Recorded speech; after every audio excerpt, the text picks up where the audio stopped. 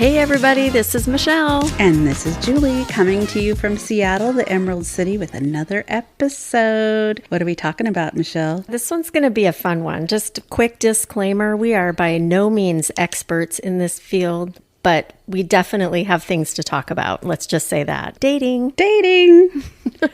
Dating at our age. It's a fun one. So let's kind of start out with, there's some of our listeners will totally get, and some will not have a clue, but dating back in the day. And when I say back in the day, you know, we were married young. So before we got married, we both sowed our oats a little bit and dated quite a bit. What was your experience like? How far back in the day are we talking? Are we going to high school? Because that's when I did a lot of dating, really, was in my high school years. How was dating different than now? Well, we didn't have cell phones for one thing. Mm-hmm. And we were, I think because of that, well, I can see now that because of that, we were much more social, like in-person social. Totally agree. It's no cell phones, which means no text messaging, no email. We're totally dating ourselves. Yeah, that's okay. We are 50-something. Everybody knows that. I know. It just cracks me up to think about. I mean, how did we even survive without a cell phone? Because now it feels so weird. If I don't have it, it's like I'm missing a limb or something, you know? I think it was more fun, though, when I think about then and the times that we had back then. And the whole world didn't have to know. I know. Everything was very simple. And, you know, the telephone, the one that was attached to the wall with the dial on it, was pretty much our means of communication outside of school. Or if we were at work, you know, maybe when we got a little bit older, or sporting events that we were attending or a part of. So definitely a different vibe back then. And when you met people, it was kind of the organic way we talk about now. Gosh, I wish I could meet someone more organic. You hear people say that a lot. Not the person being organic, but in an organic way. Yeah. You know, not online or through, you know, one of the social media sites, or you just totally look at it differently now than we did. When was your first little boyfriend? I couldn't date till I was 16. Okay. So there were definitely a lot of boys that I liked prior to that. I was 15, actually. He gave me a necklace on my birthday. Ooh. Yeah, I was 15 and I thought I was in love. I was pretty smitten by him. But then we moved out into the country outside of Spokane. And so there was a little bit of a distance thing, kind of ironic because my current man lives 2,000 miles from me. Yeah. So, and that works. But back then when I was 15, it didn't really work. So that was done and done. So I would say, and my family would probably tell you, that I was a little boy crazy. And I was a little boy crazy when I was a kid. I don't really know why that is or what the need was. It was definitely something that I focused my attention on. Maybe it was for attention. I don't really know, but I had some very nice boyfriends, of people that I hung out with. You know, everything was pretty innocent back then. We weren't having sex. We weren't doing drugs. We weren't really doing anything like that. Drinking, we did drinking for sure, but not me. Yeah, in high school I'm talking about. Not me. Yeah, I know. I did not drink till I was 18, out of high school. Anyways, keep going. I didn't even have sex till I was 18. Me neither. Yeah. So that's not something that you see, you hear about too often now. And oh my gosh, did you even have a conversation about any of that stuff with your parents? That's a whole other episode. Yeah. Needless to say, we didn't have a lot of understanding or experience maybe around that. I did have one person from grade school actually up until I met my soon-to-be husband that kind of had stolen my heart, and just off and on kind of a thing. Went to school together, and he was a little bit older, but just obviously didn't materialize, and was someone that I was very, very smitten with at the time. Kind of like the first love sort of thing. Yeah. So, yeah. And then, you know, getting into even when we were dating with the people we ended up marrying, again, totally different. Like how you're meeting people. We met, I was 21. I was working at a place down by where the Kingdom was at the time. It was a sports place. And I met a bunch of people that he knew. They all were in the military together. And I was serving tables, whatever I was doing. And I had given my notice that day. And I was going to start working at Nordstrom. I was really excited. So I was going out with my girlfriends, and we told them, hey, we're going to Pier 70, if you can believe that. And come out, you guys. You know, nothing romantic or anything. I wasn't interested in any of them. They were just really fun. And sure enough, I get there, and the soon-to-be husband or boyfriend or whatever was with that group. That's how I met him. Oh, wow. Yeah. So it wasn't even like a setup or anything. He just happened to be there. you know. Of course, he wasn't old enough to be there. He had fake ID, but that was something that I didn't really know at the time. Dial forward, date, engaged, and married for a long time, like 26, 27 years. So, you know, obviously no dating going on in that time frame. So you were married a long time too. Same, 26 years. Yeah. So you get out of the married life and everybody thinks, oh, how hard can it be? How hard can it possibly be to, you know, meet nice people, you know? Yeah. And that really wasn't going to be my focus too much because I was pretty overwhelmed with everything that was going on. So I didn't do online date. I didn't do any of that stuff. I actually got into a relationship relatively quickly after that lasted a couple of years. But after that, I didn't really do a lot of dating either, not for quite some time. And so when I finally did, I had that mindset, well, how hard could it be? You know, it's like the work that I do, I don't run across people that are, you know, my age or single or whatever. I work with a lot of couples and things like that. So I just figured I'd run into somebody at the gym and, you know, that kind of hadn't happened. So anyway, it is very, very different today, I would say, than it was back then because you have the opportunity to have that immediate gratification. There's someone around the corner all the time, you know, with these online types of dating sites and things. So a very, very different circumstance. Now, I know that you're not a person who's ever even been involved in any of that stuff. You've never done online dating, which is kind of cool, actually. I love that you've kind of kept with that whole organic way of approaching things. And your sweetheart doesn't live here. Yeah. But it seems to work really well for you guys, you know, that you're in your 50s and everything. Yeah. Because, you know, you can communicate and see each other, you know, every couple of months or whatever, but you're living a different life. Yeah. You know? Yeah. Do you like it? I do, actually. I never thought that it's not something that I was seeking, you know, and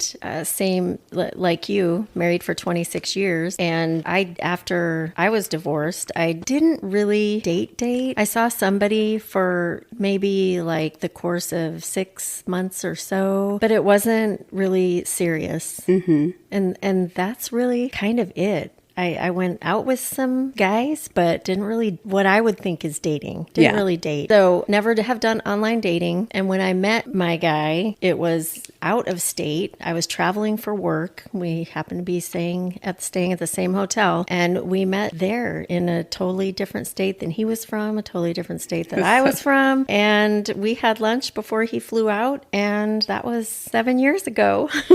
That's just crazy. Yeah. So it hasn't been like total bliss the whole time. There's been some off and on moments, but for the most part, it's been an interesting experience. I've learned a lot about myself through it, and it's really kind of great. It's great. It's worked well for you guys. Yeah, it has. And I see how happy he is too, you know, or you guys are connected and talking every day. And it's very non-traditional, which I don't have any issue with non-traditional. I think, why do we have to go about processes the way we did before when we thought those were the processes we were supposed to do? Yeah. I mean, you're coming out of high school and college and you're meeting people. And I mean, for me, the back of my mind, I'm thinking of, you know, I had met a couple guys.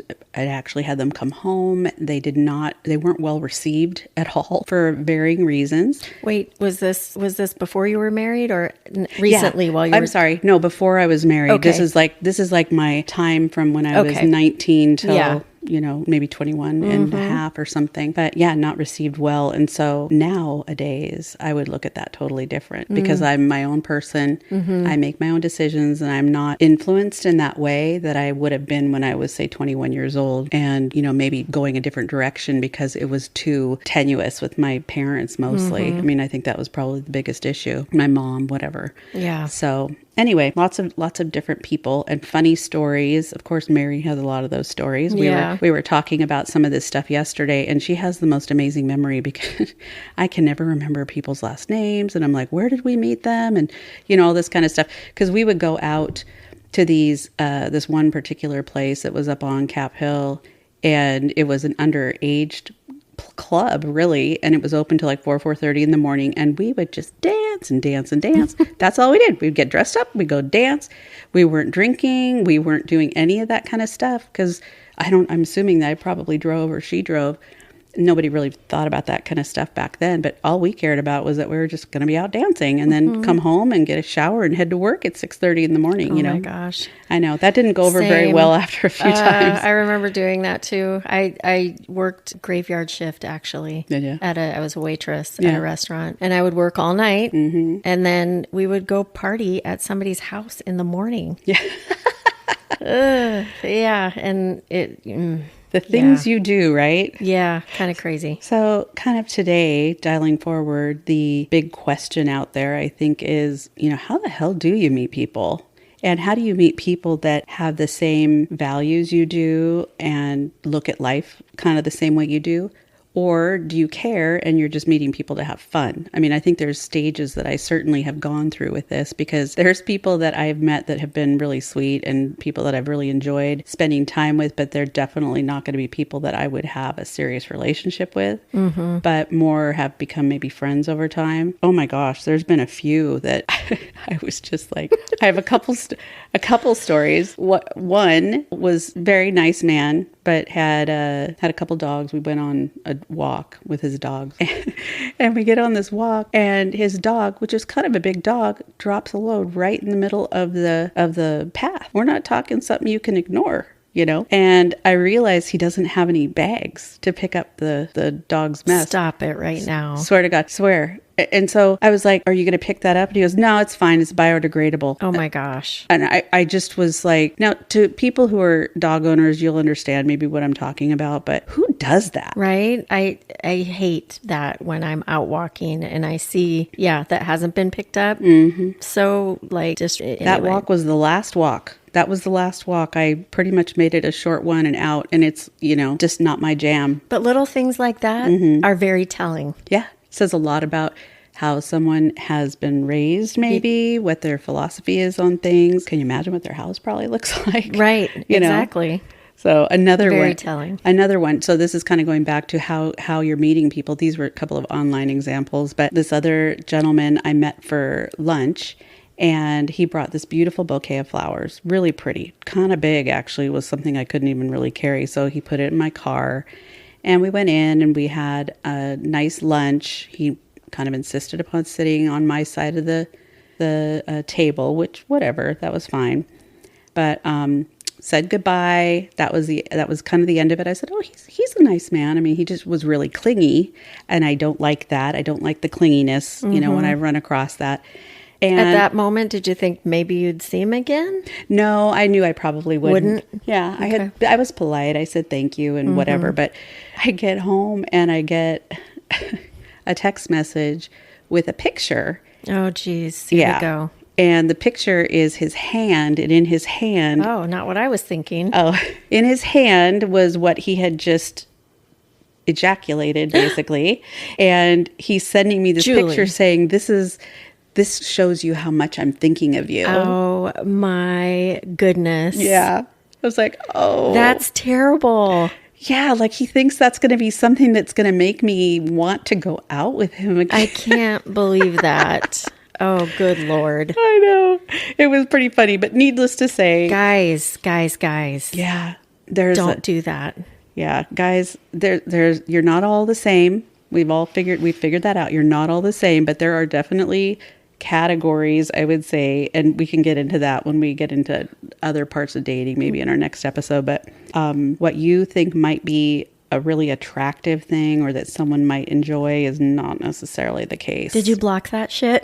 I blocked that shit. Hell yeah. Oh my goodness. Or ghosting? Is that what they... Yeah, no, what is ghosting? Ghosting is when you just like stop responding or basically ignore the person. Yeah, disappear. Mm-hmm. I think it's really a bad form. I mean, can't say I've never done it. Of course, I've probably done it too, but I would prefer just to be straightforward. You're good at that. Well, I seem to have to do it a lot. You know?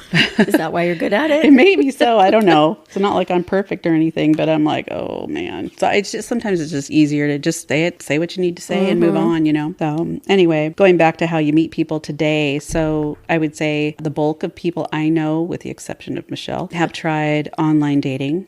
but also I've been thinking about this kind of opportunities maybe with your gym, although that's like a bro fest at our gym. Yeah. So that hasn't been something necessarily that I would have even probably looked at. Grocery store. The grocery store, which I look really hideous usually when I'm going to the grocery store.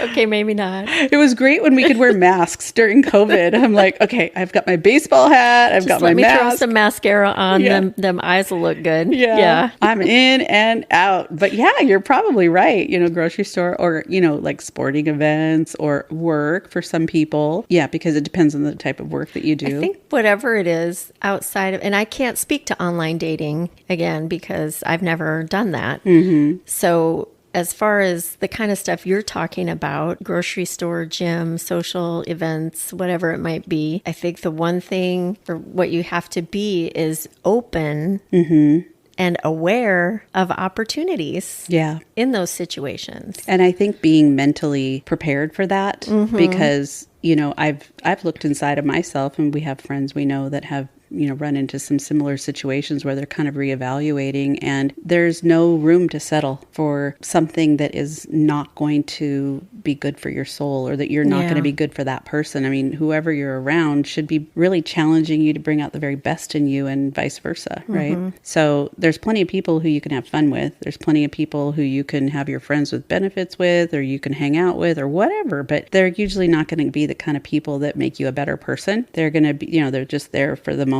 Yeah. Kind of a thing.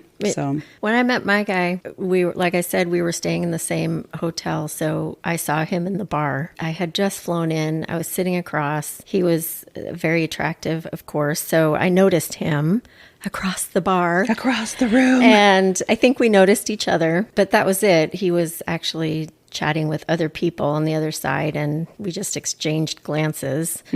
But next day, and this is what I mean, open yourself. Like if you find yourself in a situation and somebody that you're interested in, I of course bought a cute dress at work that day. Of course you did, because you could. And I was like, maybe he'll be there again tonight. So I wanted to look cute because like the night before I'd just flown in, I was in sweats, whatever, bought a dress. Zhuzhed myself up a bit, and there he was again. He was probably zhuzhed up too. So I sat on his side of the bar this time, and we ended up striking up conversation. But that's kind of what I mean, like opening yourself up, and if you see something that there might be opportunity. That's very true. Do the things. That's very true. I think what I was thinking when you were talking about that is really being in my, this is me. I mean, I can speak to maybe a couple other people we've have conversations with about this, but is being in the right mindset. Yeah. Because I've met people that I've been like, oh, he's really a nice guy. And he's not nasty and sending me dick pics or whatever. Right. Oh, wow, he's up there on the scale, right? Something else we didn't have to worry about back in the day, right? I find that I have had this barrier around me. I wasn't necessarily ready to get into anything deep with anybody.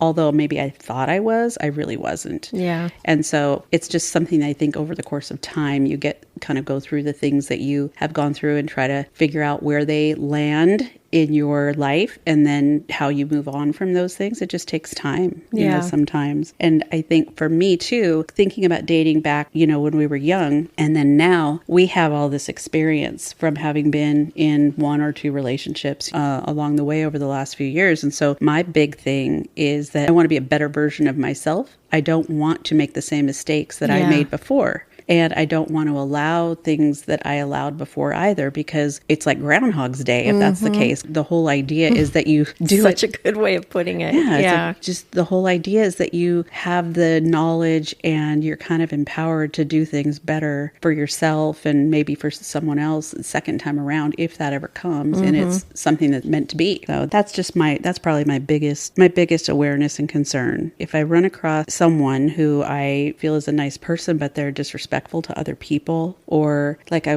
was out with someone and he seemed relatively nice, but he was waiting for the check and the woman hadn't come back, and he was like, I wonder where she went. Where is that broad? Oh. And I went, what did you call her? I'm like, who talks like that? I just thought it was really inappropriate, kind of disrespectful. Yeah. Yeah, I didn't go out with him again. Especially, words. There were a few other things that he said which were I'm not going to mention at this point anyway, but because they're pretty juicy. Yeah, just goes to show. It's like if people have nothing to lose, they might have their best foot forward and be on their best behavior to begin with, but really you're not seeing the true person right away. And I think when we were dating as younger people, the environment was different. You know, you were forced to spend time together. You were forced to actually talk to each other. Yeah. It wasn't this incessant texting all the time, or now we can video chat and things like that too, which is fine, you know. Everything's so immediate now. Yes, the immediate gratification. The anticipation when we were younger, the anticipation of going out and doing something with people, with friends, of meeting people, or getting to go out with a guy that maybe you recently met, whatever it might be.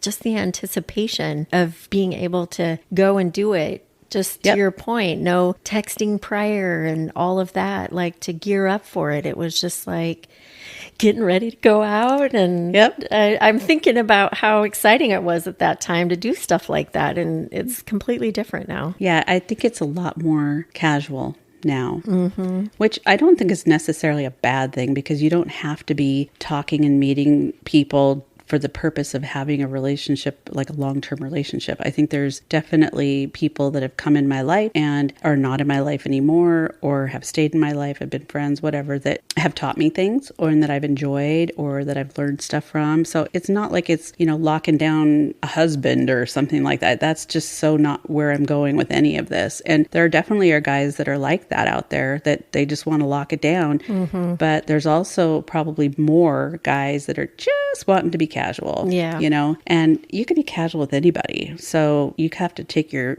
have to be, at least I do, more choosy about who I want to spend my time with, because that's just not going to be how I roll. You know what I did once? I don't know what made me think of this story, but I liked this guy.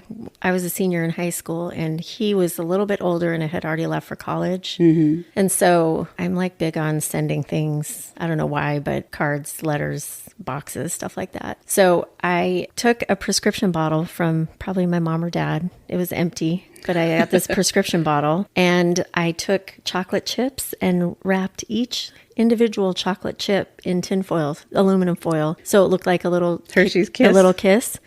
And I filled this prescription bottle with the wrapped chocolate, what a kisses. Cute idea. And then I put on the label, I don't know, when you're feeling whatever, like he's missing me or whatever, to take to as needed or something. I don't know. Boy, I don't know what prompted that thought in my mind. But yeah, I did silly shit like that. I think that's great. I think that's fun. Yeah. Anyway. So kind of going back to today, when we were talking before about immediate gratification, we see that in lots of different things, because social media is probably the biggest culprit of that. Yeah. Being able to speak with people immediately, leave information for them, whatever, it puts you in a position where I get kind of impatient. I guess I find myself I get impatient, not talking about dating stuff, just in general when it comes to immediate gratification, because you're like, no, I want to get that done right now, and you don't want to wait. And I get kind of annoyed when things take too long. And I think that's one of the reasons everybody's so busy too. Like the technology, everything is just moving so fast, and we're just so used to it. Well, what were we talking about this morning when we were talking? You're like, hey, yeah, I was just scrolling through my feed. I'm like, me too. Yeah, I was scrolling through my feed. I got to get rid of go look at all my emails and look at all my social media stuff. And, it's just randomly scrolling. You waste like an hour of time. It's today's version of the newspaper. Yeah. I do look at the news. But the newspaper, you know how your parents used to read the paper? They still do. Yeah. That's true. They still do. My mom still does. Yeah. She does. Yeah. That's right. Yeah. She's so cute. Yeah. So immediate gratification. So, and this goes more to, I think, the online dating channel, is that you literally can swipe 25 times in 2 minutes. You can just like, nope. Or if, someone doesn't answer or they don't ever ask questions or whatever, I just 86 them, just get them out of there, because why waste my time?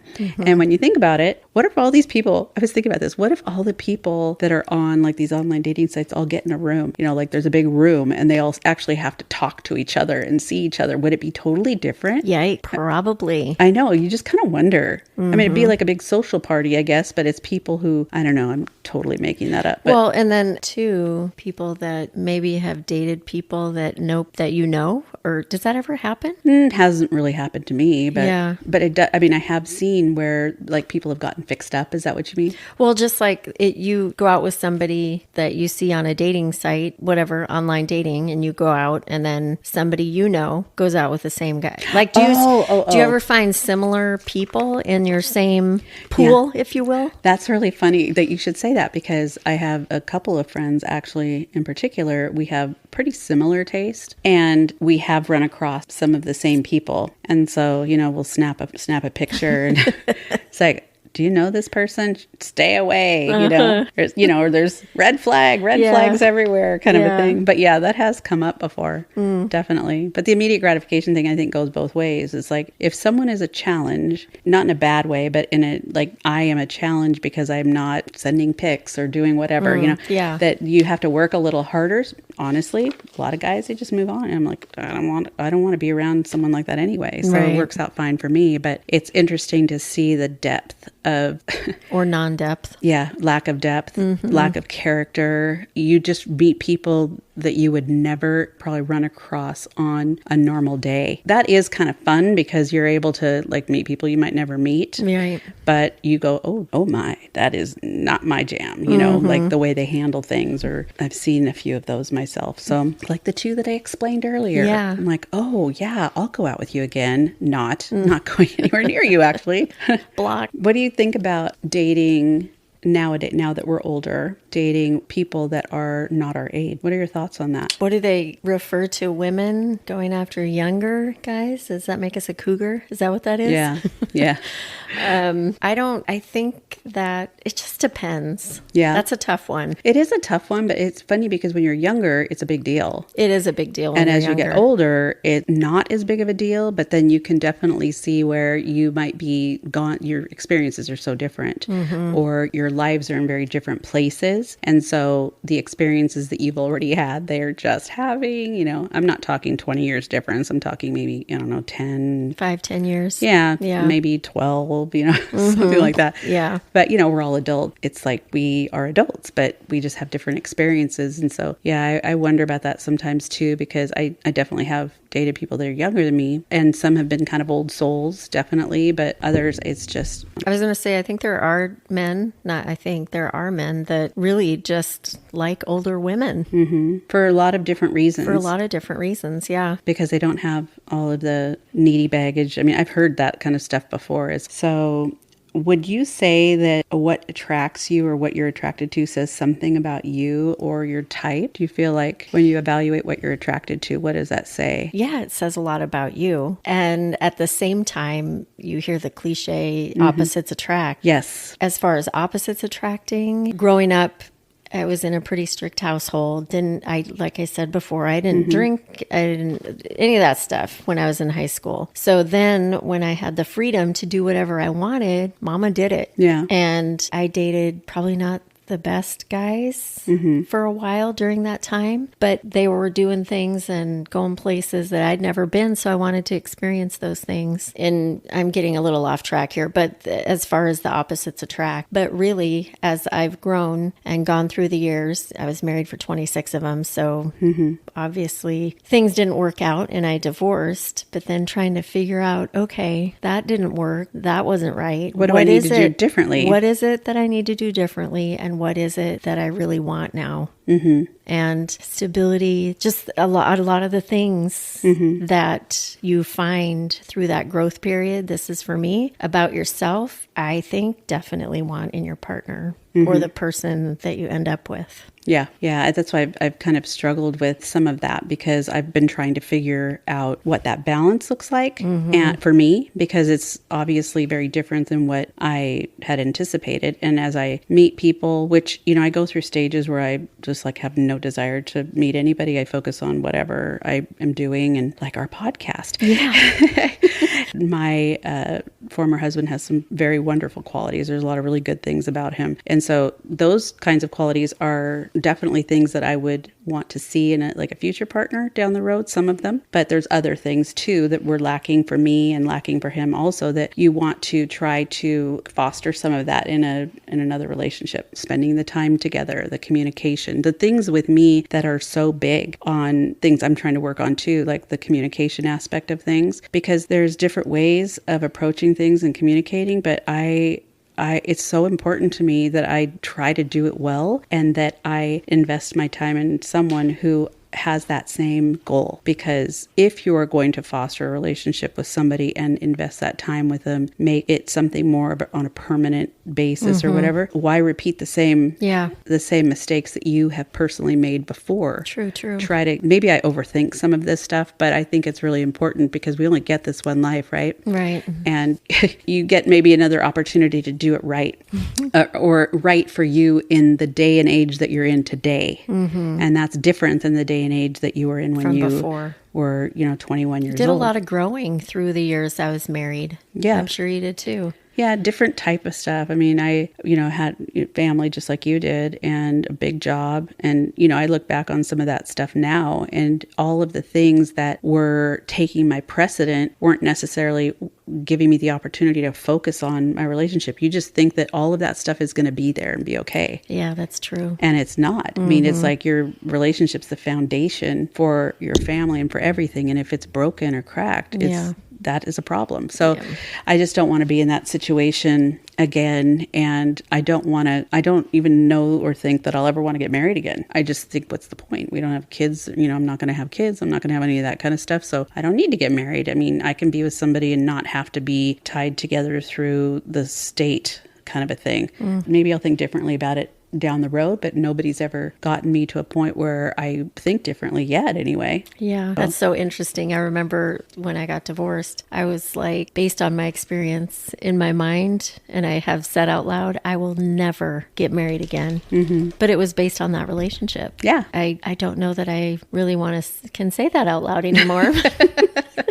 But yeah, it's interesting how experiences can mold your mind like that. I think when we were younger, you do things you think you're supposed to do. At least I think that those are the steps that we went through when we were younger, because we were around the same age. It's like there's things that you have unspoken expectations from your family or what you kind of envisioned, and you're kind of making that all come true when you're younger and you're getting married and you're doing all that stuff. At least that's how it came about for me. But as you're older and you make your own decisions about everything, it's weird. It's like I don't have to ask anybody to do something or, make a decision about what I'm spending money on or anything. It's all my decision, which is a very odd thing. But as you get further and further into that, you kind of get set in your ways. So you have to be really cognizant of your mindset and what you're okay with and what you're not okay with and where you will bend and compromise, because if you're going to be in a good relationship at some point, there's got to be compromise, and you have to be thinking about the other person and not yourself. It's us, not me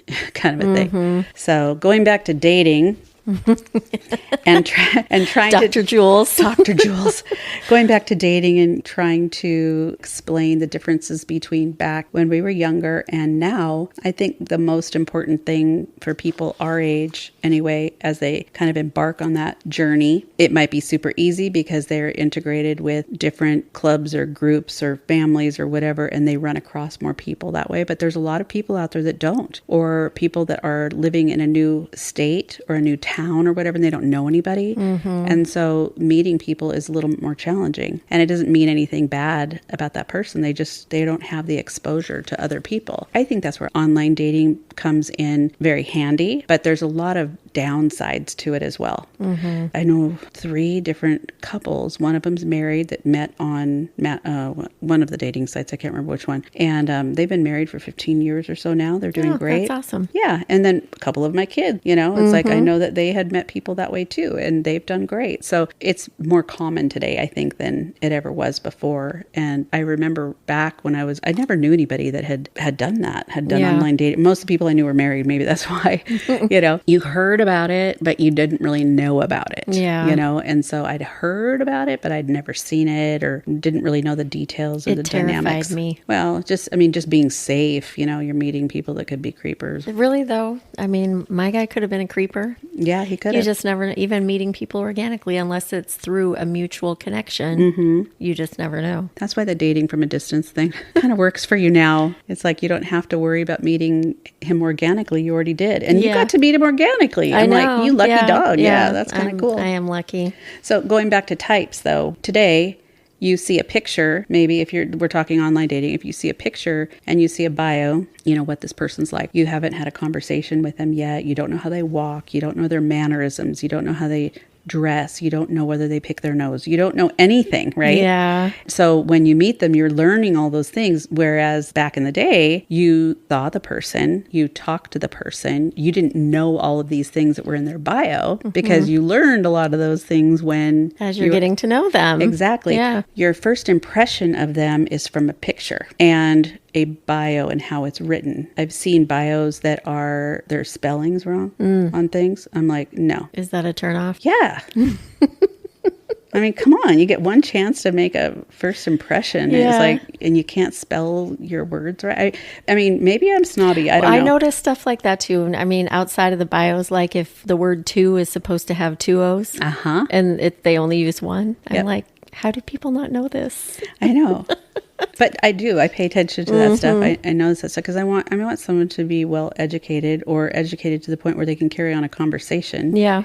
And be able to mix and mingle people that I'm around all the time and not have it be weird and awkward. So believe it or not, I told you one of the first times I hung out after I met my guy and we went on a trip together. We didn't know each other very well. We were sitting in the bar, having food, having drinks, and he just kind of looked at me like he had said really all that he could probably say. And because I was just sitting there the whole time. I'm a listener. I wasn't at that time very talkative. So I'm glad he didn't just let that be his first impression because he probably was wondering what it would be like. But I wasn't a woman of very many words. Well, you got more confident and more words came out, I'm sure, later. Like you're talking to somebody and they're not asking you any questions, about you or about anything. That's true. I'm like, what's the point? It's like, I'm not going to have a conversation with somebody that is not interested in learning about me. It's like, move on.